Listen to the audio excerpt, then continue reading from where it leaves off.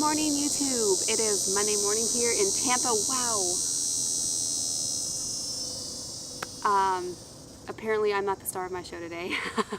I'm a photographer based out of Tampa, Florida, and I was just photographing with Glamdit yesterday, and she was telling me how there are no tutorials for how to edit makeup. I mean, there's retoucher tutorials way up here, but just for everyday YouTubers and bloggers and Instagrammers, she wanted me to do that. So yesterday we shot her, and today I'm going to be editing, so I thought I might as well make a video for you guys to watch. So Glamdit, this one's for you. We are going to go inside my studio.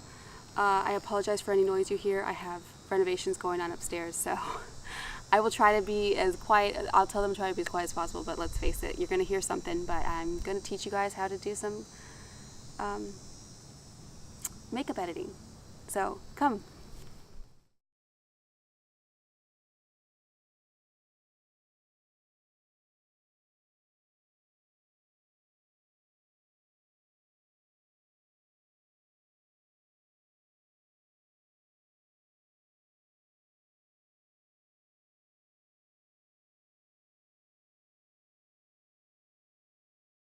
Okay, so I've touched up the skin a little bit. I'll show you right here.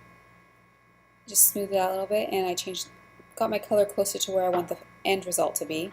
But now I'm going to go in and show you how I help out our eyeshadow colors here. Clearly we went for a red look, which I love, love, love. I love monochrome looks, so this was super exciting for me. First thing I do is I get a blank layer. I change right here the blending mode. So there's two different ones I usually use for eyeshadow. If you want it to be deeper and darker, we're going to use the multiply, but this one I'm actually going to use the overlay because I want it to be brighter and vibrant. So I just want to bring that out and emphasize it. I select my brush tool, I hit Option on a Mac so I can get my little color picker, and I just find a red that I really like. And I mean, you don't have to even stick to this if you want to oh, I want to get closer to this color. But I am staying truer to the actual makeup because right now I have it pretty close to where I want it to be. Let me say, if you've already changed the color like I have over here, make sure you uncheck this. Uncheck this because you do not want to be choosing a photo that is the end color because that color is going to be very different than the original one. So let's stick with the original colors down here. Picking a red, I like here-ish. Zoom out, get a nice big soft brush. Opacity, the flow is down to 1. I have the opacity 100, but don't be scared to drop that more if you need to, if it's too much. There we go. Just gonna, and Gypsy did a great job already, and there's no hard lines that I need to edit out, where they're not supposed to be. It's just a nice, soft blend, and I'm just making sure that that color is really showing. Anytime you try to take a three-dimensional object and make it to two dimensionals into a photo, you're going to lose some of that wow factor. And I mean, a good photographer tries to get what they want in camera as close as possible, but Photoshop just helps us get it so exactly where we need to be. So let's see, I got a little bit there. I'm going to take some gold right here. Same thing. I'm going to, oh, it's a little cool. Actually, let's bring it over here. I want to make sure it's a little warmer. As you can see, I don't always pick a color because they change so much, especially with shimmer, because the highlights in there and the shadows so quickly that sometimes it's easier just to pick a color yourself that's close to what you want it to be. Let's see what that looks like.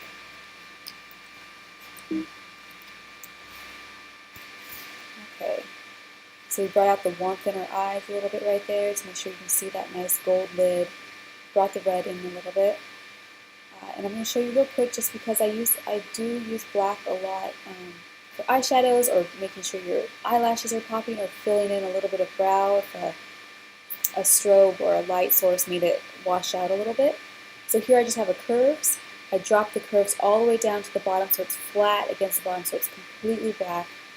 I put on my mask. I use a brush tool, make sure it's on white over here so you're painting on the curves effect. I still, right here, I have it at 1%, and I often, since I'm doing black, I don't mind having it at 100%, but I often am down to 50 or 30%, super, super light, so that you aren't have a heavy hand. It makes it so you don't have to be quite as exact, which is a lot easier for me anyways. Now this is what I call my social media edit. I would never edit a commercial photo that I hired for to do that. Oops. Like you see, I accidentally selected the dropper tool and I selected black, so I want to make sure I go back over here and select white. Like I was saying, social media edit, I don't edit like this my commercial stuff. If I don't, I mean, there's better editors out there than I am for sure. That's their full-time job. If I'm not outsourcing my editing, there's a completely different method that I use. But this is a social media edit where I'm just like going to post on Instagram a tiny little square that people are going to see on their phones.